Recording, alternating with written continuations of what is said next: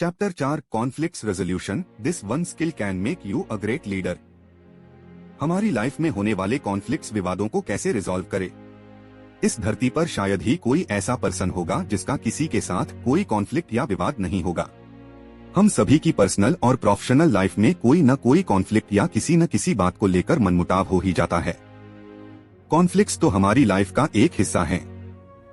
हालांकि हम सब बड़ी मशक्कत करते हैं कॉन्फ्लिक्ट उसको हमारी लाइफ से दूर रखने की, पर सारी कोशिशों के बावजूद किसी न किसी से किसी न किसी प्रकार का कॉन्फ्लिक्ट हो ही जाता है। कॉन्फ्लिक्ट हर प्रकार के रिलेशनशिप में होता है, चाहे वो हस्बैंड और वाइफ के बीच हो, पिता और पुत्र के बीच हो, सीनियर और जूनियर के बीच हो, एक ग्राहक और दुकानदार के बीच हो, या पॉलिटिकल पार्टीज हो, धर्म हो या जाति हो। हर जगह कोई न कोई विवाद हो ही जाता है। इसलिए अगर आप में ये स्किल डेवलप हो जाए कि आप कॉन्फ्लिक्ट्स को रिजॉल्व कर सकें और दूसरों को उनके कॉन्फ्लिक्ट्स को रिजॉल्व करने में मदद कर सकें, तो पूरे चांसेस है कि आप एक लीडर के रूप में उभर सकते हैं। क्योंकि कॉन्फ्लिक्ट्स को मैनेज करना और रिजॉल्व करना एक आर्ट और हर किसी को इस पर महारत हासिल नहीं है। तो आइए सबसे पहले जानने की कोशिश करते हैं कि कॉन्फ्लिक्ट्स कितने प्रकार के होते हैं। बेसिकली कॉन्फ्लिक्ट्स दो प्रकार के होते हैं, कंस्ट्रक्टिव और डिस्ट्रक्टिव।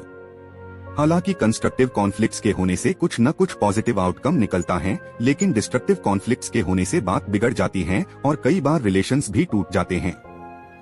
इस कोर्स थ्रू डिस्ट्रक्टिव कॉन्फ्लिक्ट्स को मैनेज करना सीखेंगे, लेकिन उससे पहले कंस्ट्रक्टिव कॉन्फ्लिक्ट्स के बारे में थोड़ा जान लेते हैं। सारे कॉन्फ्लिक्ट्स बुरे नहीं होते, कुछ हमारे लिए अच्छे भी होते हैं। चलिए मैं आपको कंस्ट्रक्टिव कॉन्फ्लिक्ट्स के कुछ एग्जांपल्स देता हूँ। जैसा कि हम सब जानते हैं, 1947 के पहले हमारा अंग्रेजों के साथ कॉन्फ्लिक्ट था, क्योंकि अंग्रेज भारत पर राज करते थे और हम नहीं चाहते थे कि दूसरे देश के लोग हम पर राज करें। इसलिए फ्रीडम फाइटर्स की रोज अंग्रेजों के साथ झड़प होती थी और इस कॉन्फ्लिक्ट से कई प्रकार के आंदोलन शुरू हुए, जैसे कि अंग्रेजों भारत छोड़ो, 1857 की क्रांति, Simon go back, Jallianwala Bagh, जिनके कारण देश को आजादी मिली थी, इसलिए वो एक constructive conflict. 21 similarly Nelson Mandela, जो साउथ अफ्रीका के पहले ब्लैक प्रेसिडेंट थे, उन्होंने अपार्टाइड के खिलाफ संघर्ष किया था। 1948 से 1990 तक साउथ अफ्रीका में नस्ल के आधार पर भेदभाव किया जाता था, जिसे अपार्टाइड कहा जाता था। जब नेल्सन मंडेला ने इसके खिलाफ आवाज उठाई तो सरकार और सिस्टम उनके अगेंस्ट हो गए और उन पर बहुत अत्याचार हुए, यहाँ तक कि उन्हें 27 सालों तक जेल में भी रहना पड़ा। लेकिन वो कंस्ट्रक्टिव कॉन्फ्लिक्ट था, क्योंकि नेल्सन मंडेला समानता और न्याय के लिए लड़ रहे थे और फाइनली वो अपने मिशन में कामयाब भी हुए। इसी प्रकार कोई टीचर या पेरेंट अगर किसी बच्चे को डांटते या फटकारते हैं तो वो कंस्ट्रक्टिव कॉन्फ्लिक्ट होता है, क्योंकि वे उस बच्चे को डिसिप्लिन बनाना चाहते हैं।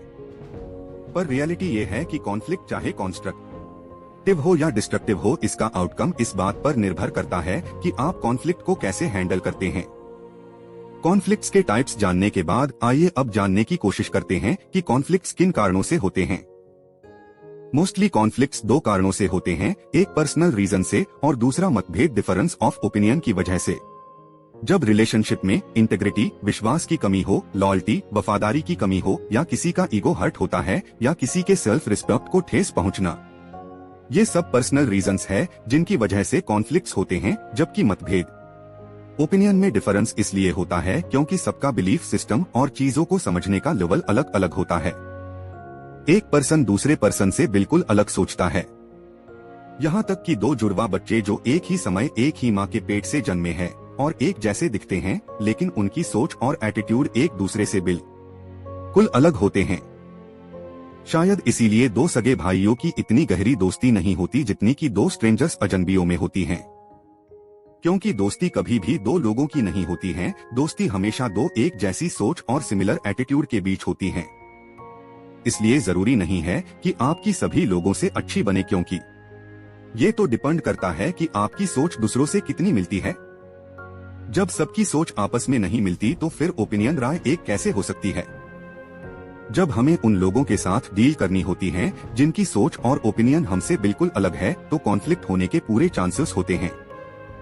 अब ये तो समझ में आ गया कि डिफरेंस ऑफ ओपिनियन से कॉन्फ्लिक्ट हो सकता है, लेकिन सवाल ये है कि इंटेग्रिटी, लॉयल्टी, सेल्फ रिस्पेक्ट और ईगो से कॉन्फ्लिक्ट्स कैसे होते हैं। लेकिन इसे एक्सप्लेन करने से पहले मैं आपसे कुछ क्वेश्चंस पूछना चाहूंगा ताकि एक प्लॉट सेट हो सके। आपको कैसा लगेगा जब किसी प्रोडक्ट को परचेस करने के बाद आपको पता चले कि जो प्रोडक्ट आपने परचेस किया है वो डुप्लीकेट है या घटिया क्वालिटी का है? आपको कैसा लगेगा अगर आपको किसी मैटर के बारे में गलत इन्फॉर्मेशन दी जाए? क्या होगा अगर कोई बार बार आपका मजाक उड़ाए तो? आपको कैसा महसूस होगा जब आपका कोई अपना ही आपके साथ चीटिंग कर दे?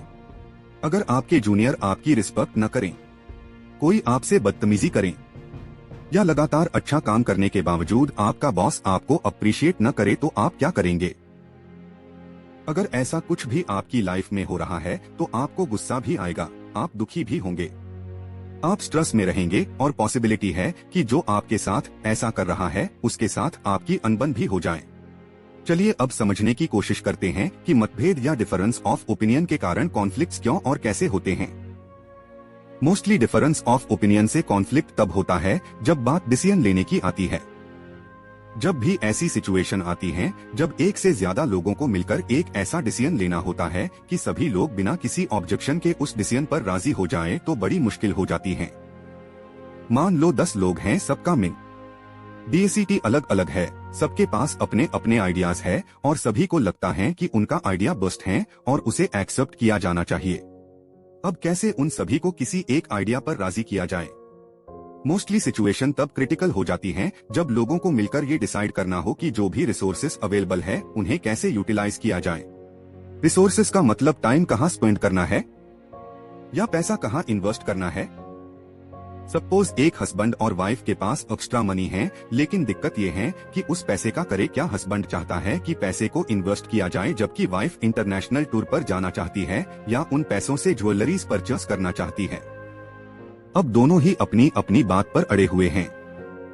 इसी प्रकार एक पिता चाहता है कि उसका बेटा उसके बिजनेस को मैनेज करे जबकि बेटे का सपना है कि वो आर्टिस्ट बने, जो उसके पिता को बिल्कुल पसंद नहीं। इसलिए जब भी एक से ज्यादा लोगों को मिलकर कोई डिसीजन लेना होता है तो वहाँ कॉन्फ्लिक्ट होने के चांसेस बढ़ जाते हैं, जो डिफरेंस ऑफ ओपिनियन की वजह से होता है। मैं आपके साथ इस टॉपिक पर एक एक्सेलेंट एग्जाम्पल शेयर कर रहा हूँ।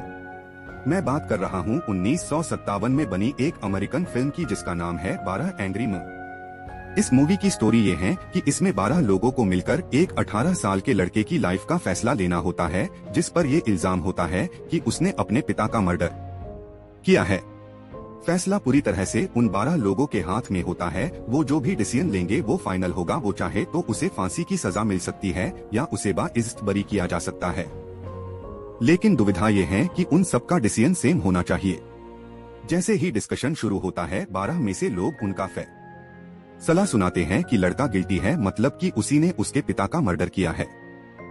12 में से सिर्फ एक ही मेंबर कहता है कि हमें इतनी जल्दी किसी नतीजे पर नहीं पहुंचना चाहिए क्योंकि ये उस लड़के की जिंदगी का सवाल है। उसकी बात सुनकर कुछ मेंबर्स को बहुत गुस्सा आ जाता है क्योंकि उनमें से किसी को जल्दी घर जाना होता है, किसी को फैमिली के साथ बाहर डिनर पर जाना होता है। कोई सोचता है कि ये झोपड़पट्टियों में रहने वाले तो होते ही ऐसे हैं, इनका कोई भरोसा नहीं। जबकि उन्हीं में से एक मेंबर के उसके अपने बेटे के साथ अच्छे संबंध नहीं होते हैं, इसलिए वो चाहता है कि उस लड़के को सजा जरूर मिलनी चाहिए। अब डिस्कशन के दौरान वे कई बार गुस्से में आकर एक दूसरे से झगड़ने लगते हैं। कोर्टरूम का माहौल बहुत ही गर्मा जाता है। सभी मिलकर एक म्यूचुअल डिसीजन नहीं ले पाते हैं। लेकिन उन 12 मेंबर्स में से एक मेंबर ऐसा भी होता है जो बिल्कुल भी गुस्सा नहीं करता। वो सबको सुनता है और फिर बहुत ही अच्छे अंदाज में लॉजिक्स के साथ अपनी बात रखता है। इस प्रकार अपनी सूझबूझ और एक्सीलेंट कम्युनिकेशन स्किल्स से वो बाकी मेंबर्स को इस बात पर कॉन्विंस कर लेता है कि लड़के ने पिता का कत्ल नहीं किया है और वो निर्दोष है। इस मूवी से हमें कई लाइफ स्किल्स सीखने को मिलती हैं, जैसे कि बियासनेस एंड प्रेजुडिस यानी कि पक्षपात और पूर्वग्रह की वजह से राइट डिसीजन लेने में मुश्किल होती है। हमें अपनी इमोशंस यानी कि भावनाओं में नहीं बहना चाहिए। कॉन्फ्लिक्ट्स के समय हमें रिएक्ट नहीं करना चाहिए बल्कि रिस्पॉन्स करना चाहिए। हमें लॉजिक्स के साथ बात करनी चाहिए क्योंकि हम लॉजिक्स से ही किसी को कॉन्विंस कर सकते हैं, न कि चिल्लाकर। अब तक हम कॉन्फ्लिक्ट्स की डेफिनेशन, टाइप्स और रीजंस के बारे में जान चुके हैं। अब हम कॉन्फ्लिक्ट्स को रिजॉल्व करने के तरीकों को जानेंगे। मैंने अपनी रिसर्च और एक्सपीरियंस से 3 टूल्स डेवलप किए हैं जिससे हम कॉन्फ्लिक्ट्स को रिजॉल्व कर सकते हैं। कॉन्फ्लिक्ट्स रिजॉल्विंग आई एक सेंट टूल है इग्नोर करना। कहा जाता है कि हर व्यक्ति इग्नोर नहीं कर पाता, इसीलिए हर व्यक्ति सक्सेसफुल भी नहीं हो पाता। जी हाँ, इग्नोर करने में और सक्सेसफुल होने में बहुत बड़ा कनेक्शन है। जिस दिन आप इग्नोर करना सीख जाओगे, समझो सक्सेसफुल होने वाले हो, और साथ ही साथ आपकी लाइफ के आधे से ज्यादा कॉन्फ्लिक्ट्स ऑटोमेटिकली रिजॉल्व हो जाएंगे। अधिकतर कॉन्फ्लिक्ट्स सीरियस और डिस्ट्रक्टिव नहीं होते हैं, लेकिन ये हमारा ईगो होता है जो आग में घी काका म करता है और इश्यूज को सॉल्व नहीं होने देता। हिंदी में कुछ कहावतें हैं जो इस टॉपिक पर सटीक फिट होती है, जैसे कि आ बैल मुझे मार, उड़ता हुआ तीर लेना। इन कहावतों से साबित होता है कि हम खुद ही मुसीबतों को मोल लेते हैं। हो सकता है वो बैल अपने रास्ते जा रहा हो और वो तीर भी आपके लिए नहीं था, लेकिन हमने खुद ही उनका रास्ता रोका, उनसे टकराए और घायल हुए। अगर हम इग्नोर करते तो हमें कुछ भी नहीं होता। इग्नोर करना भी एक आर्ट जिसे हमें सीखना होगा ताकि अननेसेसरी कॉन्फ्लिक्ट्स को अपनी लाइफ से दूर रख सके।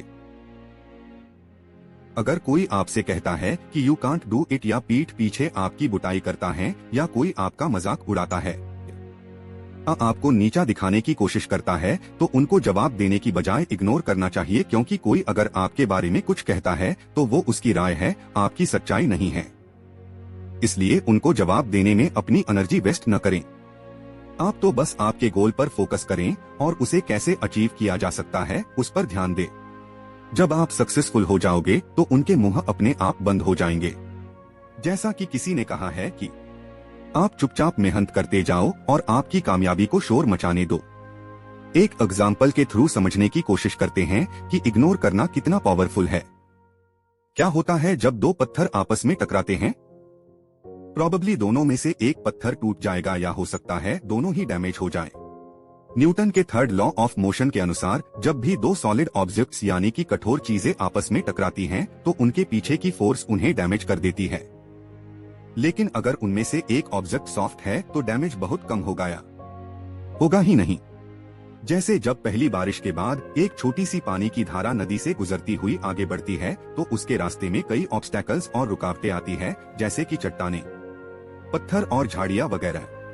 लेकिन पानी उनमें से किसी से भी उलझता नहीं है। पानी पत्थरों और झाड़ियों को इग्नोर करता है और अपना रास्ता बदलते हुए आगे बढ़ जाता है, क्योंकि पानी का काम किसी से उलझना नहीं है, बल्कि पानी निरंतर आगे बढ़ते हुए सागर में मिल जाता है। पानी जानता है कि उलझने से उसी का लॉस होगा, क्योंकि ऐसा करने से उसका टाइम और एनर्जी वेस्ट होंगे। इससे झाड़ियों और चट्टानों का कुछ बिगड़ने वाला नहीं। लेकिन जब वही पानी बाढ़ बन जाता है तो उसके रास्ते में आने वाली हर चीज को डिस्ट्रॉय कर देता है। फिर कोई भी उसके आगे नहीं टिक पाता। अब मैं आपको आपके लाइफ की सबसे बड़ी बात समझाने जा रहा हूँ। अगर इसे आप समझ गए तो यकीन कीजिए, आपको सक्सेसफुल बनने से दुनिया की कोई ताकत नहीं रोक सकती। और मेरा पॉइंट ये है कि फिलहाल इस समय आप बाढ़ नहीं हो कि सबसे उलझते फिरो। आप उस पानी की छोटी सी धारा की तरह हो जो चट्टानों और झाड़ियों का कुछ भी नहीं बिगाड़ सकती। इसलिए बेटर यही है कि आप अपने गोल और ड्रीम्स पर काम करो तब तक कि जब तक आप इतने सक्सेसफुल न बन जाओ कि हर जगह आपके ही चर्चे होने लगे। जो पीठ पीछे आपकी बुराई करते हैं या आपकी चुगली करते हैं या आपसे जलते हैं, अगर आप उन लोगों को रिप्लाई करने में अपना टाइम और एनर्जी वेस्ट करते हैं, वो तो इससे आपकी सक्सेसफुल बनने की डेट और आगे बढ़ जाएगी। इसलिए आप मेहनत करें और खुद को बाढ़ बनाने की कोशिश करें, यानी कि टू सक्सेसफुल और पावरफुल पर्सनैलिटी बने, ताकि कोई आपके रास्ते में आने की हिम्मत न कर सके, और अगर गलती से आ भी जाए तो आपकी पावर और फोर्स से डिस्ट्रॉय हो जाएगा। तो ये है कॉन्फ्लिक्ट्स को रिजॉल्व करने पहला टूल, इग्नोर करना सीखे और जितना हो सके खुद को कॉन्फ्लिक्ट्स से दूर ही रखे। आइए अब कॉन्फ्लिक्ट्स रिजॉल्व करने के नेक्स्ट टूल के बारे में जानते हैं। इस टूल का नाम है टू बी रिस्पॉन्सिव, रिस्पॉन्सिव बनना। इस चैप्टर में हम सीखेंगे कि रिस्पॉन्सिव होने के क्या एडवांटेज है और हम रिस्पॉन्सिव कैसे बन सकते हैं। ये भी फैक्ट है कि हम हर सिचुएशन को इग्नोर नहीं कर सकते। हमें कई बार टफ सिचुएशंस और टफ लोगों के साथ डील करनी ही पड़ती हैं। ऐसी सिचुएशंस जिसमें कोई आप पर गुस्सा कर रहा हो, आपको बुरा भला कह रहा हो, आपके साथ बदतमीजी कर रहा हो या सबके सामने आपका मजाक उड़ाया जा रहा हो, तो आप रिएक्टिव हो ही जाओगे, क्योंकि उस समय आप स्टिम्युलेट हो जाते हो, मतलब कि आपकी इमोशंस पर आपका कोई कंट्रोल नहीं होता। हालांकि ऐसी सिचुएशंस में हम रिस्पॉन्सिव भी बन सकते हैं, लेकिन क्योंकि हम अपनी इमोशंस पर कंट्रोल न ही रख पाते, इसलिए रिएक्टिव हो जाते हैं, जिसकी वजह से मामला और भी बिगड़ जाता है। एक्चुअली रिस्पॉन्स करने में और रिएक्ट करने में बहुत ही मामूली सा डिफरेंस है और ज्यादातर लोग इसे समझ ही नहीं पाते हैं। जब आप बिना सोचे समझे कुछ बोल देते हो या कर देते हो तो उसे रिएक्शन कहते हैं, लेकिन जब आप बोलने और कुछ करने से पहले एक बार भी सोचते हो तो उसे रिस्पॉन्स कहते हैं। रिएक्शन किसी भी सिचुएशन में हमारे लिए बेनिफिशियल नहीं है। जब भी हम रिएक्ट करते हैं तो इससे हमारे इंटरपर्सनल रिलेशंस, आपसी संबंध खराब हो जाते हैं। रिएक्टिव होने का मतलब है आप जो कहना और करना नहीं चाहते थे, आप गुस्से में आकर वो ही कह देते हो और कर देते हो और बाद में उसका पछतावा करना पड़ता है। रिएक्टिव होने का ये भी मतलब निकलता है कि आपकी लाइफ का रिमोट कंट्रोल आपके हाथ में नहीं है बल्कि दूसरों के हाथ में है, क्योंकि आपका बिहेवियर दूसरों के बिहेवियर पर डिपेंड करता है। अगर आप रिएक्टिव पर्सन हो तो आपको गुस्सा दिलाना, नाराज करना या दुखी करना चुटकियों का काम है, क्योंकि आप आसानी से स्टिम्युलेट हो जाते हो। चलिए मैं आपके साथ एक सिचुएशन शेयर करता हूँ, आप उसे कैसे हैंडल करेंगे। सपोज किसी दिन आप अच्छे मूड में हो और अपना रूटीन काम कर रहे हो। सडनली एक पर्सन आता है और आप पर चिल्लाने लगता है। वह आपसे बहुत ही रूडली बात करता है। गुस्से गुस्से में वो आपको गाली भी दे देता है। आप उसे समझाने की और शांत करने की कोशिश करते हो, लेकिन उसे कुछ भी फर्क नहीं पड़ता। उसके मन में जो आता है वो बके जा रहा है। तो ऐसी सिचुएशन में मैक्सिमम लोगों का सब्र का बांध टूट ही जाता है और वो रिएक्ट करने लग जाते हैं। अगर सामने वाला आप पर गुस्सा करता है तो आप भी उस पर गुस्सा करेंगे, गाली के बदले गाली देंगे, और अगर वो आप पर हाथ उठाता है तो आपका भी हाथ उठ जाएगा। लेकिन उससे क्या होगा? आपके मूड की तो वाट लग गई ना। अब जरा सोचिए, इस पूरे सीन में आपकी गलती कहाँ थी? आप तो अच्छे मूड में थे और आपका रूटीन काम कर रहे थे, लेकिन आपसे भी एक गलती हुई, और ऐसी सिचुएशन में ज्यादातर लोगों से यही गलती होती है, वो है आपका रिएक्टिव बिहेवियर। अगर आप ठंडे दिमाग से काम लेते और रिस्पॉन्स देते तो शायद बात का बतंगड़ नहीं होता। याद रखें, हमारी लाइफ में जो भी होता है उसका इम्पैक्ट सिर्फ 10% ही होता है, जबकि 90% हम उस सिचुएशन में कैसे रिएक्ट करते हैं उस पर डिपेंड करता है। So life is not what happens but how we react to it. America के एक famous writer Stephen R Covey 34 of bestseller book 7 habits of highly effective people में ये बताया कि दुनिया के सभी सक्सेसफुल और प्रभावशाली लोगों की एक क्वालिटी ये होती है कि वे प्रोएक्टिव और रिस्पॉन्सिव होते हैं। वे कभी भी किसी सिचुएशन में रिएक्ट नहीं करते हैं। रिएक्शन और रिस्पॉन्स पर जो नेक्स्ट एग्जाम्पल आपके साथ शेयर कर रहा हूँ, उसको अगर आपने अच्छे से समझ लिया तो फिर आप कभी रिएक्ट नहीं करेंगे, इसकी गारंटी देता हूँ। आई बिलीव रिस्पॉन्सिव होने की वैल्यू को समझने के लिए इससे बेटर शायद ही कोई एग्जाम्पल होगा। हम सब बखूबी जानते हैं कि मेडिसिन का क्या काम होता है। प्रॉपर मेडिसिन बीमारी को ठीक कर देती है, लेकिन मेडिसिन भी दो तरीके से काम कर सकती है, या तो रिस्पॉन्स करेगी या रिएक्ट करेगी। अब सवाल ये है कि आप मेडिसिन से क्या एक्सपेक्ट करते हो, रिस्पॉन्स या रिएक्शन, और क्यों? और अगर मैं गलत नहीं हूँ तो हम मेडिसिन से रिस्पॉन्स ही चाहते हैं, क्योंकि रिस्पॉन्स का मतलब है मेडिसिन अपना काम करेंगी जिससे बीमारी ठीक हो जाएगी। लेकिन जब भी कोई मेडिसिन रिएक्ट करती है तो इससे हमारी हेल्थ पर दो नेगेटिव इम्पैक्ट पड़ते हैं। पहला तो दवाई अपना काम नहीं करेगी जिससे बीमारी ठीक न होगी, और जिस पर्पस से दवाई ली गई है वो पर्पस सॉल्व नहीं होगा। और दूसरा, जब मेडिसिन रिएक्ट करती है तो उसके साइड इफेक्ट्स होते हैं जिससे एक नई बीमारी और लग जाती है। इसलिए रिएक्शन से कोई फायदा नहीं होता, सिर्फ और सिर्फ नुकसान होता है। तो हम मेडिसिन से रिस्पॉन्स की उम्मीद करते हैं, न कि रिएक्शन की। वैसे ही हमें भी हर सिचुएशन में रिस्पॉन्स ही करना चाहिए, और खास तौर पर कॉन्फ्लिक्ट्स में। उम्मीद करता हूं कि अब तक आप रिस्पॉन्स और रिएक्शन डेफिनेशन 3 डिफरेंसेस अच्छे से समझ गए होंगे। अब हम सीखेंगे हाउ टू बी रिस्पॉन्सिव, और रिस्पॉन्सिव बनने के लिए आपको 2 काम करने पड़ेंगे। एक संट इमोशनली इंटेलिजेंट बनना होगा, 2 अंडी आर्ग्यूमेंट और डिस्कशन के फर्क को समझना होगा। तो सबसे पहले हम इमोशनल इंटेलिजेंस के बारे में जानेंगे। वर्टिकल बार इमोशनल इंटेलिजेंस एक स्किल है जिससे हम अपनी और दूसरों की इमोशंस, भावनाओं को समझकर उन्हें कंट्रोल कर सकते हैं। इमोशनल इंटेलिजेंस के कॉन्सेप्ट को डैनियल गोलमैन ने अपनी बुक इमोशनल इंटेलिजेंस में बहुत अच्छे से एक्सप्लेन किया है। हालांकि इमोशनल इंटेलिजेंस पिछले 25 से 30 सालों से अधिक चर्चा में है, लेकिन ये कोई नया कॉन्सेप्ट नहीं है, बल्कि ये तो सदियों पुरानी सोशियो-साइकोलॉजिकल साइंस है, जिसे उस समय के महापुरुष जैसे कि मोहम्मद साहब, गौतम बुद्ध और रूमी ने बखूबी से प्रस्तुत किया है। मोहम्मद साहब की लाइफ से एक स्टोरी यहाँ शेयर कर रहा हूँ जिसमें हमें इमोशनल इंटेलिजेंस के प्रमाण मिलते हैं। जब भी मोहम्मद साहब को रात में खुदा की इबादत करने की इच्छा होती तो वे पहले उनकी पत्नी आयशा से इसकी परमिशन लेते कि क्या आप मुझे इबादत करने की इजाजत देगी। लेकिन लॉजिकली सोचे तो एक पति जो इतनी बड़ी शख्सियत है उनको खुदा की इबादत करने के लिए, जबकि इबादत करना तो बड़ा ही नेक काम है, अपनी पत्नी से परमिशन लेने की कहाँ जरूरत है। लेकिन मोहम्मद साहब आयशा से परमिशन लेते थे क्योंकि एक वाइफ का उसके हस्बैंड के साथ टाइम स्पेंड करने का अधिकार होता है, और जब किसी चीज पर किसी का हक होता है तो उसे यूज करने के लिए उस पर्सन की परमिशन लेनी जरूरी होती है। बस इसी बात को ध्यान में रखते हुए मोहम्मद साहब ऐसा करते थे। इससे उनकी पत्नी बहुत ही रिस्पेक्टेड फील करती थी और इसी कारण उनके बीच कभी कोई कॉन्फ्लिक्ट या तकरार भी नहीं होती थी। अगर दुनिया के सारे कपल्स इसी तरह एक दूसरे से बिहेव करने लग जाएं, तो उनके बीच कभी कोई कॉन्फ्लिक्ट्स नहीं होगा। जिन लोगों को एक इमोशनल इंटेलिजेंस का नॉलेज नहीं है वो ये समझते कि किसी भी पर्सन की सक्सेस उसके IQ लेवल, इंटेलिजेंस कोशेंट पर डिपेंड करती है, लेकिन ऐसा बिल्कुल भी नहीं है क्योंकि जब से इमोशनल इंटेलिजेंस का महत्व पता चला है हमारी सक्सेस IQ से EQ इमोशनल कोशेंट पर शिफ्ट हो गई है। जैसे IQ से हमारी इंटेलिजेंस का अंदाजा होता है वैसे ही EQ से ये पता चलता है कि हम इमोशंस को कितने अच्छे से मैनेज करते सकते हैं। अगर हमारा IQ लेवल अच्छा है तो हम किसी भी काम को इजीली कर सकते हैं, जबकि EQ से हमारा बिहेवियर इंप्रूव होता है क्योंकि हम इमोशंस को बेटर तरीके से समझ पाते हैं। हम इंसान हैं और दिन भर हम इंसानों के साथ रहते हैं और हमारा हर काम इंसानों से ही पड़ता है, चाहे वो सीनियर हो या जूनियर हो, मेल हो या फीमेल हो, कस्टमर हो या पार्टनर हो, फ्रेंड्स हो या रिलेटिव्स हो। हैं तो सभी इंसान ही और हर इंसान में इमोशंस होते हैं और वो चाहता है कि लोग उसके इमोशंस को समझे और उनकी रिस्पेक्ट करे। अगर आप भी दूसरों की इमोशंस की परवाह करते हैं तो आप एक इमोशनली इंटेलिजेंट और रिस्पॉन्सिव पर्सन हैं और कॉन्फ्लिक्ट्स के दौरान आप सिचुएशन को अच्छे से हैंडल कर पाएंगे। अब बात करते हैं आर्ग्यूमेंट वर्सेस डिस्कशन की।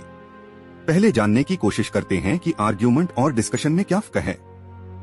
जब भी लोग आर्ग्यूमेंट करते हैं तो उनका मेन पर्पस खुद को सही साबित करने का होता है, भले ही वो गलत हो, और इसके लिए वो किसी भी हद तक जा सकते हैं क्योंकि ये उनके ईगो का सवाल होता है और आर्ग्यूमेंट का कभी भी कोई कंक्लूजन नहीं निकलता। जबकि डिस्कशन इसलिए किया जाता है कि जो फैक्ट है वो सामने आए। डिस्कशन में किसी की हार या जीत नहीं होती है, सिर्फ सच की जीत होती है। अब ये तो आप जान गए कि आपको आर्ग्यूमेंट नहीं बल्कि डिस्कशन करना है, तो अब जानते हैं कि डिस्कशन करते समय आपको किन किन बातों का ध्यान रखना है। सक्सेसफुल डिस्कशन करने के लिए आपको आपकी लिसनिंग स्किल यानी सुनने की कला को इम्प्रूव करना होगा। जब तक आप एक अच्छे लिसनर श्रोता नहीं बन जाते आप कभी भी डिस्कशन को पॉजिटिव डायरेक्शन नहीं दे सकते, क्योंकि डिस्कशन वन वे कम्युनिकेशन नहीं है। इसमें हमेशा दो या उससे ज्यादा लोग इन्वॉल्व होते हैं। सपोज किसी डिस्कशन के दौरान आप कुछ कहना चाहते हो लेकिन कोई आपकी बात को सुन नहीं रहा या आपकी बात कंप्लीट होने से पहले ही आपको इंटरप्ट किया जा रहा है, तो आपको कैसा फील होगा? ऑफ कोर्स आप इरिटेट हो जाएंगे, आपको गुस्सा भी आएगा, लेकिन हम कभी इस बात पर गौर नहीं करते कि जब हम दूसरों को इंटरप्ट करते हैं या उनकी बात पर ध्यान नहीं देते हैं तो उनको भी तो बुरा लगता है। कुदरत ने भी हमें दो कान और एक मुंह दिया है ताकि हम सुने ज्यादा और बोले कम, लेकिन हम तो बिल्कुल उल्टा करते हैं, सुनते कम है और बोलते ज्यादा हैं। लेकिन कमाल की बात यह है कि सिर्फ सुनने से कोई प्रॉब्लम सॉल्व नहीं होती जब तक कि जो हम सुनते हैं उसे समझने के लिए न सुने। और अगर आप समझने के लिए नहीं बल्कि जवाब देने के लिए सुनते हैं तो फिर आपके सुनने न सुनने का कोई मतलब न ही रह जाता।